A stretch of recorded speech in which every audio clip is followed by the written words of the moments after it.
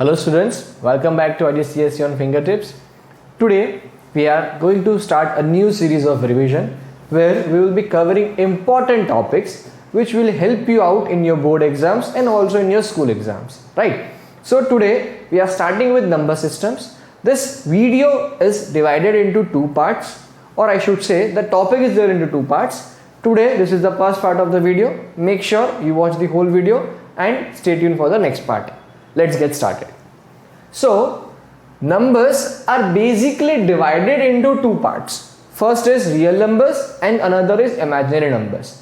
Now what are real numbers? Real numbers are those which we are using in our day-to-day life. That is 1, minus 1, minus 1.5, minus 2.5. All those numbers which we use in our day-to-day life are our real numbers.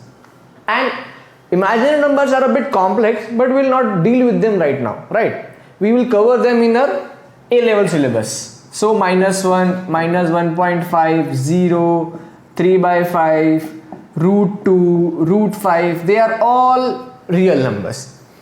Now, real numbers is further divided into two categories. First is rational number and another is irrational numbers. Now, what are rational numbers? Any number which can be written in the form of P by Q, where P and Q are integers and Q is not equals to 0. Now what is an integer? A number, all the numbers on the number line except for the decimal values, that is minus 1, minus 2, 1, 2, 3, 4, they are all integers, right? So what is a rational number? A number which can be written in the form of P by Q, where P and Q both are supposed to be integers. For example, 2 by 1, this is a rational number. 3 by 7, this is also a rational number. And here you can see P and Q, both of them are integer. 0.37, this is also a rational number because I can write 0.37 as 37 upon 100, right? So these are all examples of rational number. Now examples of irrational number: root 2, root 5, root 6, they are all irrational numbers. I can write root 2 as root 2 upon 1. But root 2 is not an integer. 1 is an integer, however, root 2 is not an integer. Thus, these are all kind of irrational number. A very good example of irrational number is constant pi, right? But even though in some of our calculation we use value of pi as 22 by 7, but it is just an approximate value. This is not the exact value. Okay? Now, rational numbers are also further divided into two parts. Numbers with terminating zeros and numbers with non-terminating zeros. Now, what do you mean by numbers with terminating zeros? Now, terminating zeros means the division comes to an end, right? The division is not infinite. Like for example, 3 by 2. I can write 3 by 2 as 1.5. The division comes to a stop. For example, I can say 1 by 8. I think this is approximately equals to 0.125. This also comes to an end. So these are all kind of rational numbers. Now another kind of rational numbers is non-terminating zeros. Means the division does not comes to an end. The division goes on and on. Like for example, if I divide 1 by 3, 1 by 3 is nothing but 0.3333333. It keeps on going. So I can write this as 0.3 dot or 0.3 bar. This dot or bar indicates that this particular digit is getting repeated up to infinite times, right? This particular digit is getting repeated up to infinite time. These are non-terminating zeros. Now, even in non-terminating zeros, we have further two kinds of classification. Non-terminating zeros are classified into non-terminating with repeating digits and with non-repeating digits.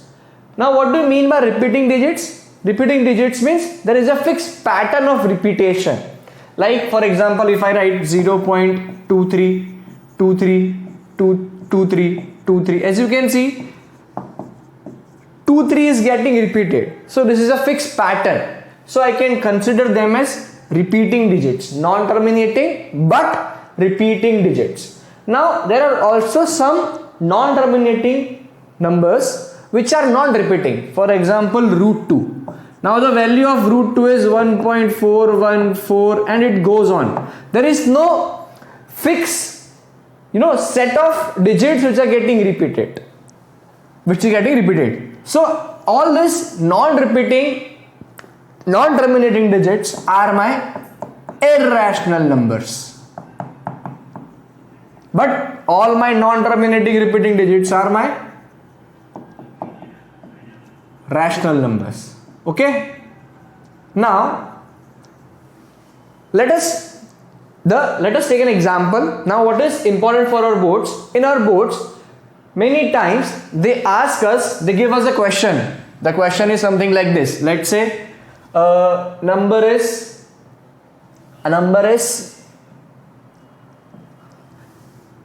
0.23.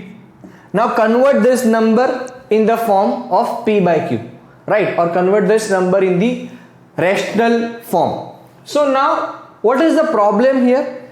Let's say if I had a number 0.23, I could have easily written this number as 23 by 100 because I know that there are two finite digits after the decimal. But here I have no clarity. This goes on and on and on and on. So you need to have a method to convert such kinds of number in the form of p by q. Now there is a very simple method to it. Let us take this example and convert this 0.23 bar in the form of p by q. So let me take x is equals to 0.23 bar. Right, now what we will do is, our goal is, or our purpose is to remove these sets of recurring digits. So I'll multiply this number with, let's say I'm multiplying here with 100x. Now why did I take 100x? See, how many number of digits are being repeated? Only 2 digits are being repeated. So I multiply this number with 100. If there would be 3 digits which would have been repeated, then I would have multiplied with 1000. If 1, then 10, right? So if I multiply this with 100x, you can observe that the decimal points shifts 2 digits towards the right hand side. So now the number is going to be 23.23 bar, or I should say 23.23 bar. So let's say this is my equation 1. Let this be my equation 2. Now let us do 2 minus 1. So 100x minus x, 99x, and here 23.23 bar minus 0.23 bar. Now if you observe 3 minus 3 0, 2 minus 2 0, same 2 3 2 3 2 3. All the digits after the decimal point will become 0 and will be left with 23. So 99x is equals to 23. My x is going to be 23 upon 99. Let me take one more example. Let's say I am taking an example of x equals to 0.63 bar, right? 0.63 bar. Now what does this mean? That it is, the number is 0.63333. Now only one digit is getting repeated, so I'll multiply this equation with 10. So 10x is going to be 6.3 followed by 3 bar, or I can also write this as 6.3 bar. So if I subtract equation 2 from 1, 10x minus x, 9x. Now this equation is 6.33 bar minus 0.63 bar. Now all these 3 will get cancelled out. 13 minus 6 is 7 and 5. 5.7. So 9x equals to 5.7 and x equals to 5.7 upon 9. Kindly don't write in this form. As you can see, 5.7 is not an integer, it is a decimal value. So you are supposed to write this as 57 upon 90, right? And if this can be further simplified, then also simplify it, right? If, as you can see, 3 ones are 3, 19 and 3 30. So I can write this equation as 19 upon 30, right?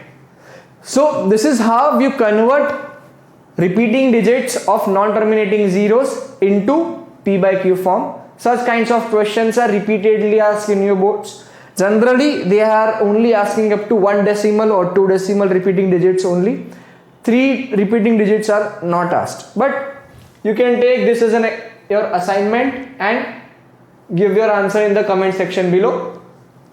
Let's say the number is 0.204. Right. So the repeating pattern is 204, 204, 204.